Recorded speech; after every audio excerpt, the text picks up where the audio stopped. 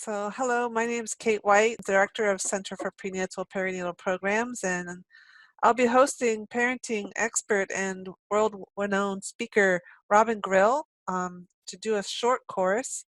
I welcome Robin, and we're going to be talking about his book, The Inner Child Journeys, How to Grow Our Children Grow Us Up, and it's a 6-session practical training course for practitioners. So Robin, would you like to speak a little bit about what you'd like our practitioners to know about the inner child process? Sure. Thank you, Kate. I'm excited about this course. I'm really looking forward. And I love sharing my approach to inner child work with practitioners. It's one of my favorite things to do. Of course, there's all kinds of approaches to inner child work. I didn't invent it. I just have a particular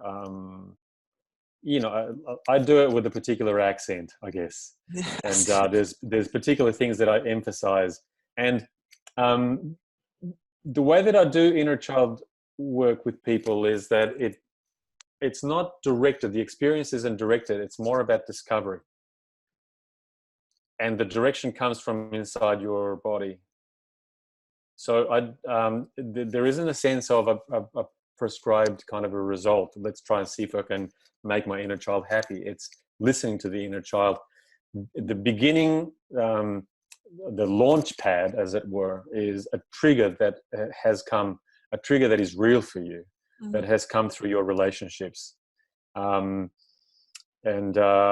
book is written in the context for parents and for school teachers or anybody that works with children, simply because our children are the most, or children in our lives, not just our own children, they're the most powerful triggers of, that bring up things that need healing in ourselves from our own childhood, babyhood, adolescence as well. Mm-hmm. So that's the trigger is the starting point. And we're always being triggered. And life goes so much better when we pay attention to that, and when we learn some kind of a framework for how to listen to the content that is being brought up from the trigger and giving that some kind of a developmental response, an answer. The child inside us is waiting and crying out to complete a cycle, a developmental cycle that was arrested in childhood through some kind of wounding. Something did not go developmentally well. We all carry some of that. So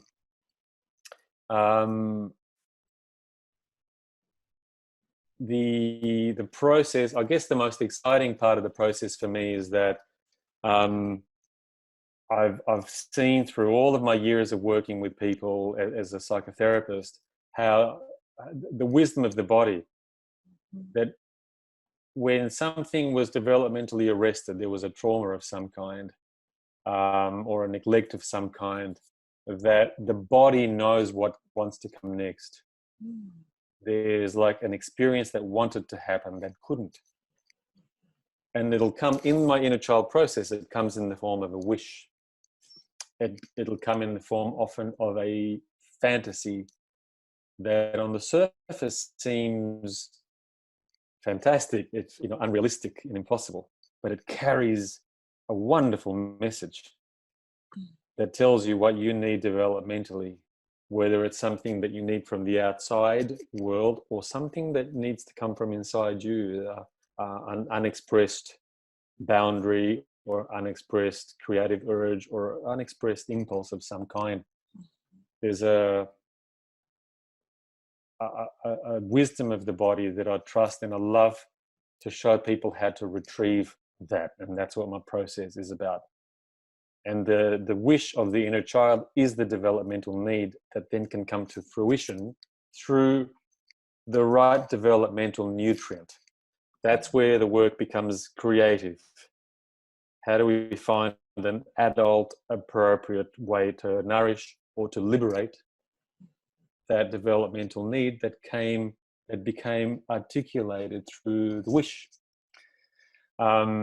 So that's the sequence, from trigger to the owning the feeling, discovering the wish. That's a developmental need. What is the theme of that need? What is the right developmental nutrient? How can I have that as an adult? And that completes the cycle.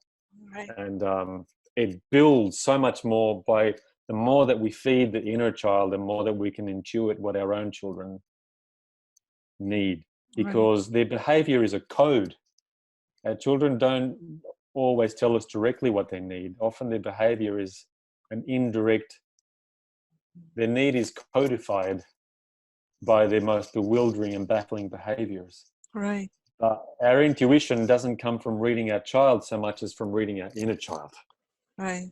We behave the same way.